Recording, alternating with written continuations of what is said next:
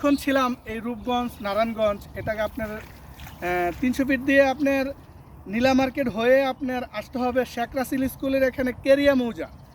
এখানে আপনার গ্রামের যে এখনও অনেক কিছু গ্রামীণ পরিবেশ আছে, কিন্তু আস্তে আস্তে বালি ভরাট হয়ে যাচ্ছে, ঘনবসতি হচ্ছে, লোকজনও বাড়তেছে, কিন্তু এই গ্রামীণ পরিবেশটা কিন্তু হারিয়ে যাচ্ছে।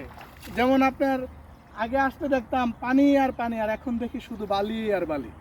বুঝতে পারছেন?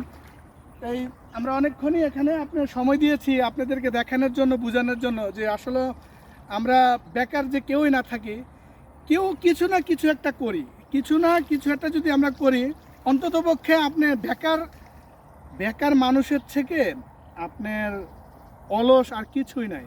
আপনি বেকার থাকেন না ভাই, লজ্জা শরমের কিছু না। আপনি তা চুরি করছেন না, আপনি যে কোনো একটা ইনকামের ব্যবস্থা করেন, আপনি কৃষিতে সময় দিতে পারেন, বা আপনার মেধাতে যেটা ধরে আপনি সেটাই করেন না, অসুবিধা নাই তো, করেন না ভাই। করলে দেখবেন আপনার একসময় আপনার ভালো একটা পজিশন তৈরি হবে। আপনি যখন একটা কর্ম ব্যবস্থার মধ্যে থাকবেন, তখন দেখবেন আপনি বিভিন্ন রকমের পরিকল্পনা মাথার মধ্যে ঢুকবে, তখনই আপনার কাছে ভালো লাগবে যে আমি এটা না এটা করি, এটা না এটা করি। আল্লাহ হাফেজ।